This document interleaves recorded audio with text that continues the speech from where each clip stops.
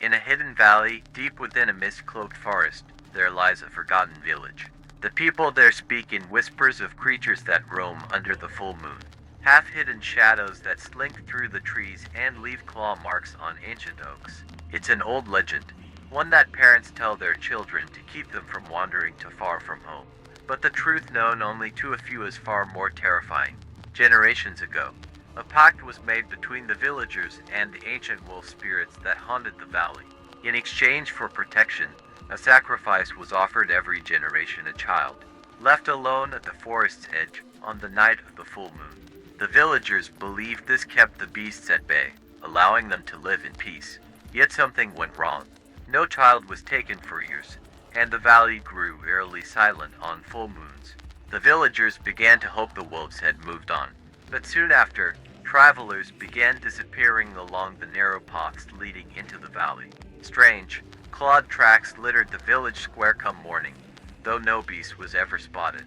And those who saw the full moon on cloudless nights began to whisper of eyes gleaming amber eyes that watched from the dark. One night, a man named Elias, who had long doubted the legend, ventured into the forest with only a lantern and a blade.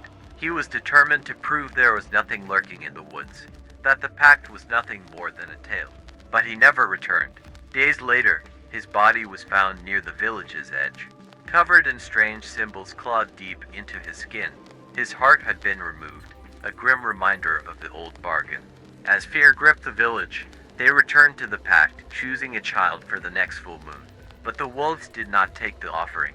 Instead, a chilling howl echoed through the valley, a sound that seemed to vibrate through every stone and root. That night, more clawed marks appeared on doors, windows, even on the walls of homes. Now, with each passing full moon, the markings spread further, encircling the village like a noose. The wolves remain unseen, but their presence is felt, a weight in the air, a flicker of movement just beyond the firelight.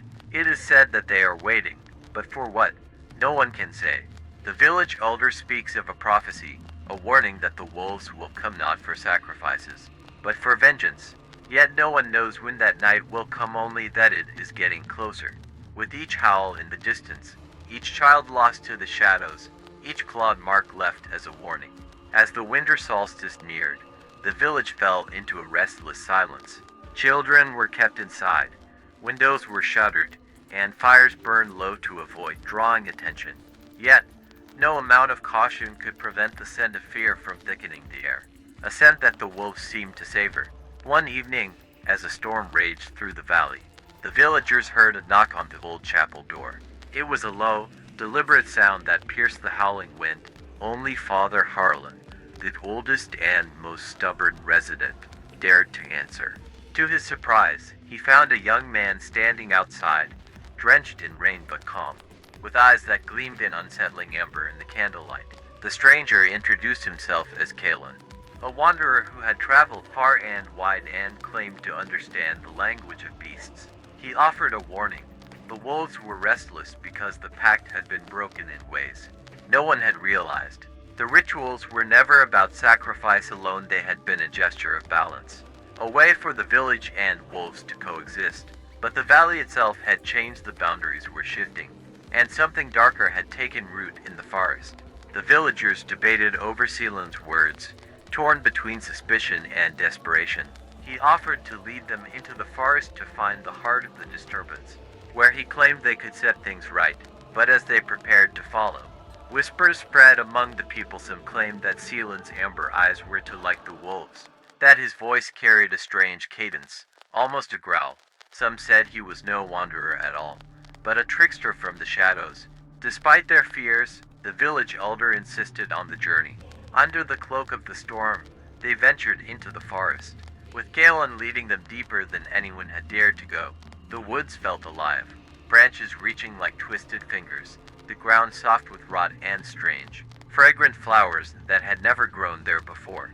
They soon came upon a clearing where the trees seemed to lean in, forming a dark circle around a single, gnarled tree that pulsed as if alive.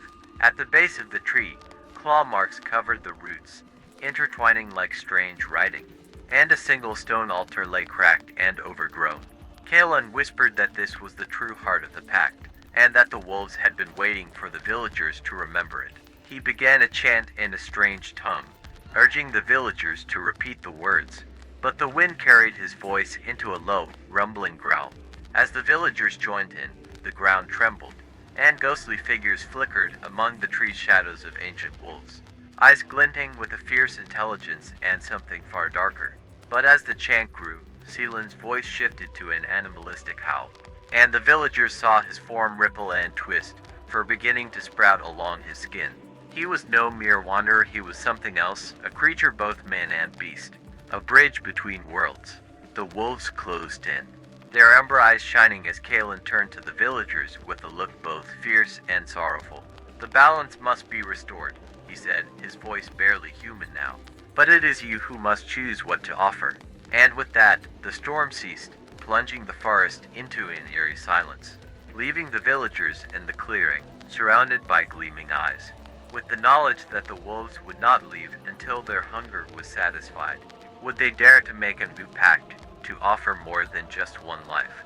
Or would they become the hunted, running beneath a blood-red moon as the wolves reclaimed their ancient domain? The villagers stood frozen, hearts pounding as Seelan's half-wolf form loomed in the dim light. The wolves around them circled slowly, a silent yet powerful presence that weighed upon their senses, sharp and inescapable. Father Harlan, clutching his worn prayer beads, stepped forward, his voice wavering. What must we offer?" he whispered, eyes darting between Kalen and the encroaching wolves. Seelan's gaze softened for a fleeting moment, his voice more human than before.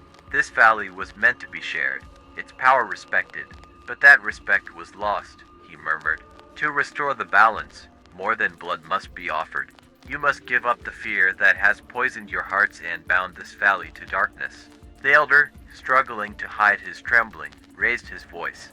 "Fear, that's all. How do we offer that?" Seelan's gaze grew darker. "Fear is not so easily shed. It binds you to selfishness, to distrust, and to a curse that demands an endless cycle of sacrifices. If you cannot let it go, you will remain chained to this valley, hunted until the last of you has fallen. You must willingly enter the forest alone, face what you fear most, and trust the wolves not as beasts but as guardians. Only then can the valley heal." The villagers recoiled, knowing full well what it meant to walk the forest at night, unarmed and vulnerable. To enter it willingly seemed a death sentence. But as they hesitated, Seelan's form grew more wolf than man, his claws lengthening, a gleam of impatience in his eyes. The wolves, too, drew nearer, lips peeling back to reveal sharp teeth glistening in the moonlight. One by one, villagers began to scatter back toward the village, but Father Harlan, determined to end the curse, stepped forward once again. He took a deep breath and set foot beyond the clearing, into the shadows. For a heartbeat, silence fell then. One by one, others followed his lead, each stepping deeper into the forest as if compelled by an unseen force. For hours, they wandered alone, the silence broken only by the rustling of leaves and the occasional haunting echo of a distant howl. Strange visions flickered at the edge of their sight, phantoms of their deepest fears. Some saw the ghosts of the missing children, others the feral eyes of a wolf, or even the faces of their own loved ones twisted in terror. Yet, through the darkness, each villager pressed on, facing the shadows that clung to them. As dawn approached, a mist crept over the forest floor, bringing with it an almost unnatural calm. One by one, the villagers returned to the clearing. Their expressions changed, eyes haunted but free of the fear that had once plagued them.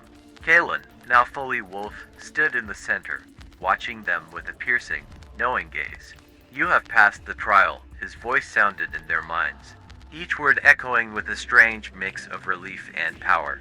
"The pact is restored, and for as long as you keep your hearts free of fear and greed, the wolves will guard this valley in silence."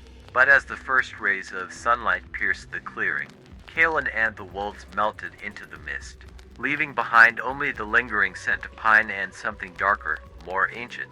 Yet, from that day on, something in the valley had changed. Though the villagers no longer feared the wolves, a new mystery lingered. Strange markings began to appear on the trees, symbols no one recognized, symbols that seemed to pulse under moonlight. It was as if a presence older than the wolves had taken root, watching, waiting. And though peace had returned, the villagers couldn't help but wonder. Had they truly freed themselves from the forest's curse? Or had they merely awakened something far more sinister, lurking just beneath the surface, biding its time until the next moonless night? As the sun rose higher, casting warm golden light through the trees, the villagers felt a calmness settle over them, a sense of peace that hadn't graced the valley in generations. The mist dissipated, and the forest seemed to breathe with new life. Birds chirped from the branches above, and the familiar sounds of the valley returned. Yet they felt more vibrant, more alive. Father Harlan, who had led the villagers through the trial, took one last look at the forest clearing, a small smile crossing his weary face. He knew the wolves would forever be part of the valley, not as feared predators, but as protectors and guides. The strange markings that had appeared on the trees seemed to glow faintly under the morning light. Yet they no longer felt ominous, but rather like ancient blessings woven into the landscape, symbols of a renewed harmony between the people and the forest. As the villagers made their way back home, Seelan's words echoed in their minds, a gentle reminder of the balance they had restored. They had learned to respect the valley and face their fears, a bond they vowed to keep strong for as long as they lived. In the following months, the valley blossomed like never before. The crops grew abundant, animals thrived, and the forest paths became safe to travel once more. Children roamed freely, laughter ringing out through the woods, and legends of the wolves faded into tales of protection rather than danger. Father Harlan, feeling the weight of his years, passed on his stories to the next generation, reminding them of the pact and the respect owed to the ancient spirits of the valley. And on every full moon, the villagers left small offerings of thanks at the edge of the forest, not out of fear, but in gratitude for the guardians that watched over them from the shadows. As years turned to decades, the villagers taught their children not to fear the forest but to walk in harmony with it, remembering the night they had faced their fears and ended the curse once and for all. The valley remained a haven, the wolves never forgotten, but revered as silent watchers and allies. And so, peace settled over the valley, bound by a promise renewed under the moon. A promise that ensured the valley and its people would prosper for generations to come.